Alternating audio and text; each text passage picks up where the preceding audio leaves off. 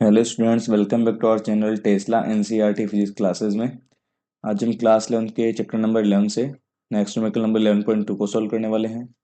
तो जैसा कि सामने क्वेश्चन में दिया गया है कि स्थिर दाब पर 2.0 गुना 10 की घात -2 किलोग्राम नाइट्रोजन कमरे के ताप पर दी गई है और इस ताप में 45 डिग्री सेंटीग्रेड की वृद्धि करने के लिए, तो जो तापमान में चेंज दिया गया वो हमें 45 डिग्री सेंटीग्रेड दिया गया है।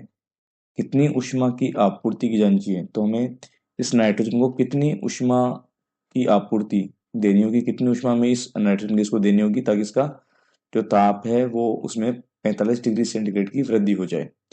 और साथ में हमें जो इसका द्रव्यमान दिया गया है नाइट्रोजन गैस का, वो हमें 2.0 गुना 10 की घात -2 किलोग्राम दिया गया है। और जो नाइट्रोजन का अनुभार है वो हमें 28 दिया गया है। तो 28 यहाँ पर मात्रक में लिखा है, मात्रक इसका होगा जो सामान्य मात्रक होता है ग्राम प्रति मोल। और साथ में हमें आर जो यहाँ पर गैस नियतांक है उसका मान दिया गया 8.3 जूल प्रति मोल प्रति केल्विन। ठीक है, तो अगर हमें जो भी डाटा दिया गया उसे हम लिख लेते हैं। तो एक तो हमें दिया गया है नाइट्रोजन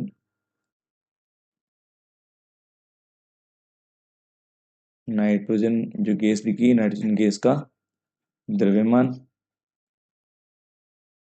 और द्रव्यमान हमें दिया गया है 2.0 इंटू 10 की घात में -2 किलोग्राम।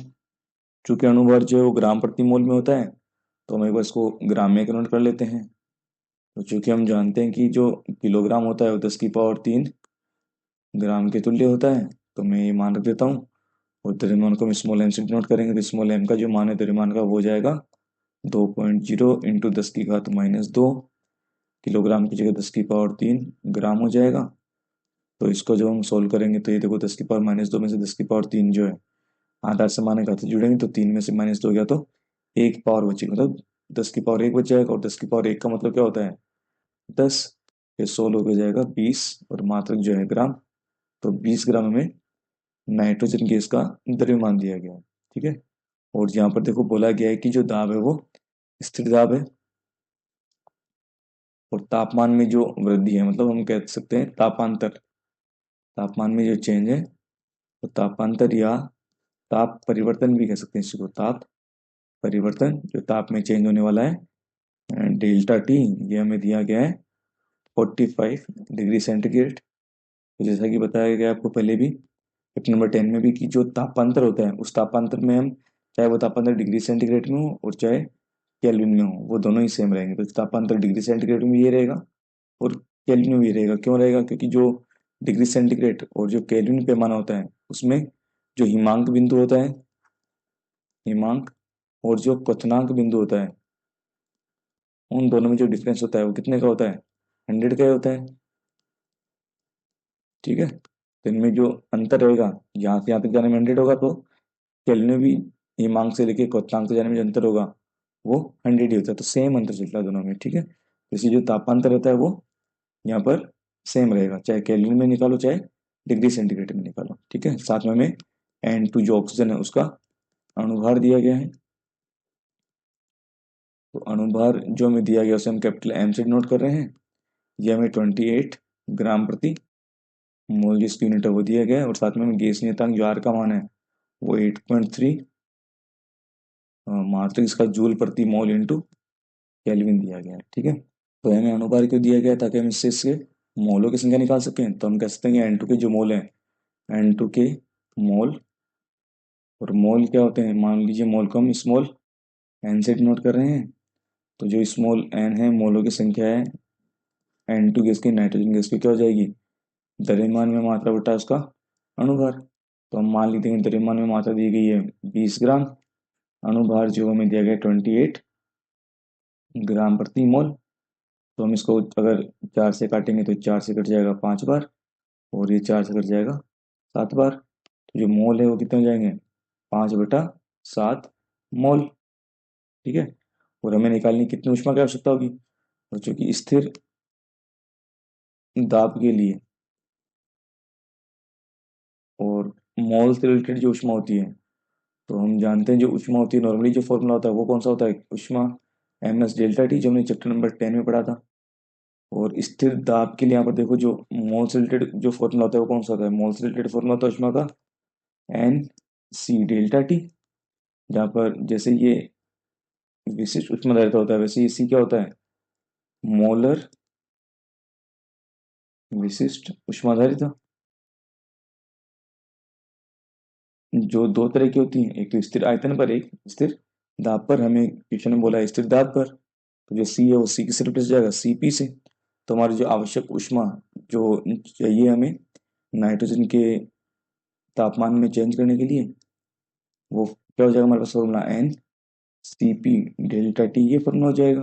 तो यहाँ पर सी पी जो है, सी पी क्या हो जाएगा यहाँ पर? वो है स्थिर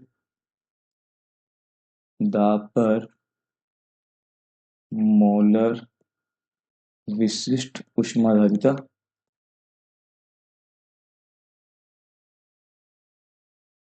और इसका जो मान, तो इसका फॉर्मूला क्या होता है? 1 + F/2 मल्टीप्लाई बाई आर।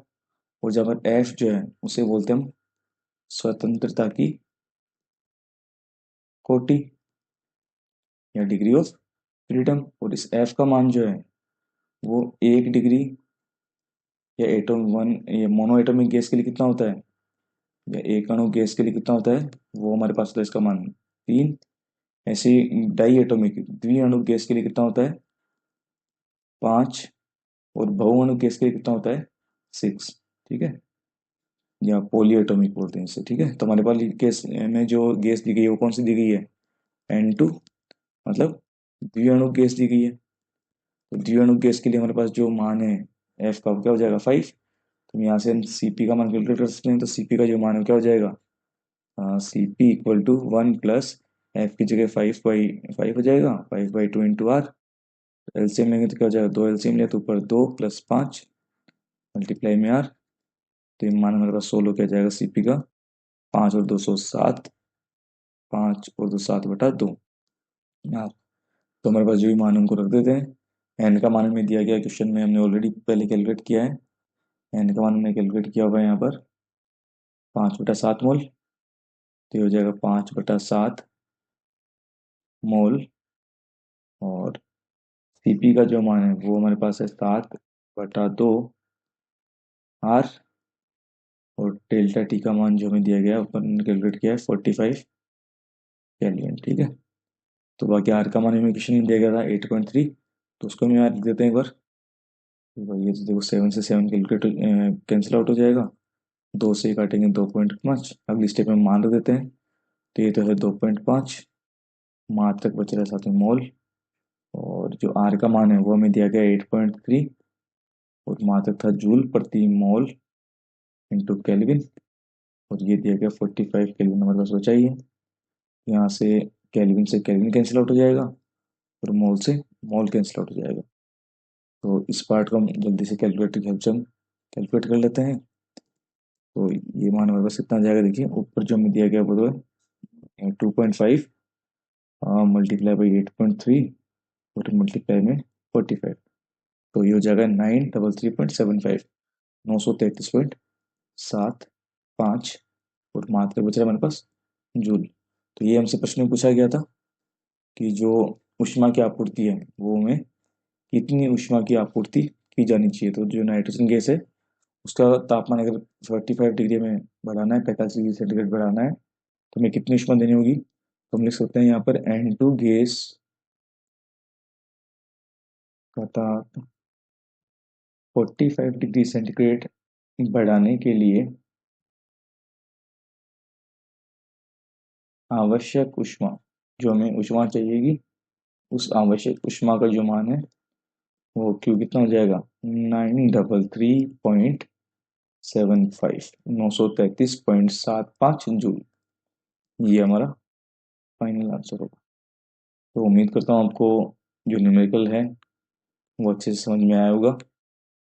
फिर भी किसी को किसी प्रकार का डाउट हो वो कमेंट सेक्शन में कमेंट कर सकता है। अगर वीडियो आपको अच्छा लगा हो तो please like and subscribe my channel. Thank you.